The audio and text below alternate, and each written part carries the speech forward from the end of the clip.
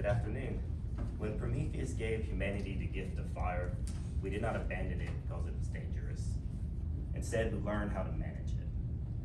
Nuclear energy is like fire, as in it is very dangerous to manage the waste that comes from it. So today, I want to go over what is nuclear waste and what are 3 different ways that the world manages it. According to the U.S.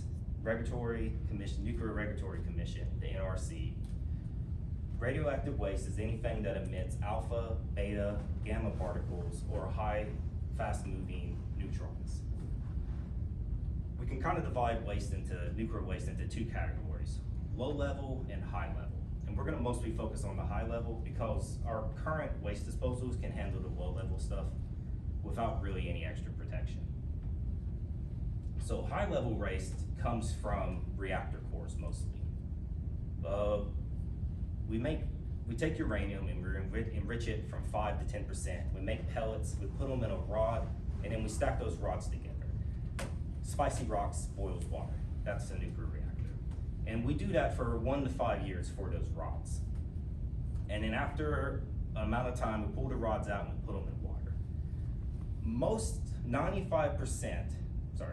80% of that rod, the high energy radioactive particles are going to decay just while sitting in that pool. And then we're gonna take that and we're gonna move it to something called a dry cask, which we'll get into in a second, for long-term or at least medium-term storage.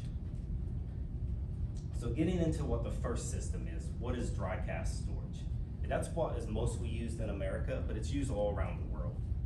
They're these very over-engineered casks. They're mostly cylinders that can be anywhere between 6 to 10 feet tall.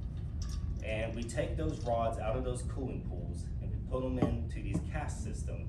And these things are designed to be hit by trains, to be hit by airplanes, by missiles. The only thing that can break into these is humans. Natural disasters aren't going to crack them. They're mostly indestructible. I don't want to say they are indestructible because things can still happen. But so that is a dry cask. And most of those are kept on site at the nuclear power plant. And you can take all the nuclear material, all the nuclear waste that nuclear power has generated in America, and it would fill up about 1 football field, about 10 meters high. And we keep most of that on site at our nuclear power plants. America did have another long-term solution called the Yucca Mountain Complex, but in 2009, we kind of gave up on it. But that was our original long-term storage. So that brings me to the next long-term storage, which is a deep underground geological safe repository. The Finnish are the only ones that have actually done this. And this is the gold standard for nuclear waste management. They still use dry casks, they're just much smaller casks. They ship them underground, below the water table, below the bio line. As far as we know, there's absolutely no life. They use old abandoned mines, and that's where they stored their nuclear waste at. Science Magazine in 2023 did a great article on this, where they explain all the facilities and how they were able to reuse a mine and make it safe to continuously use.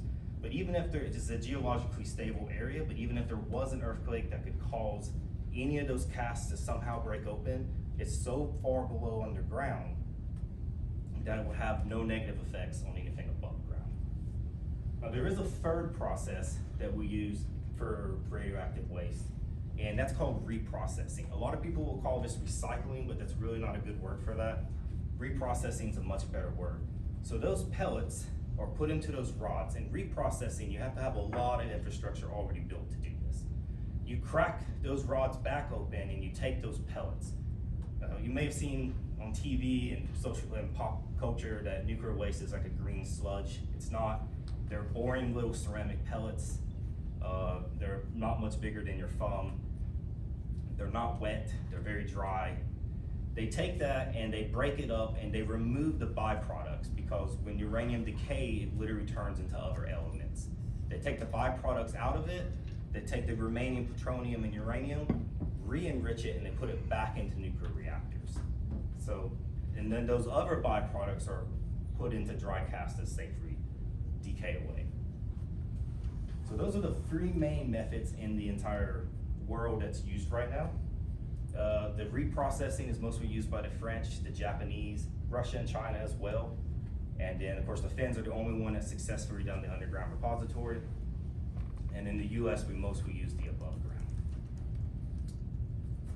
The International Regulatory Commission for Atomic Energy states that there's roughly 265,000 tons of radioactive waste that needs to be stored.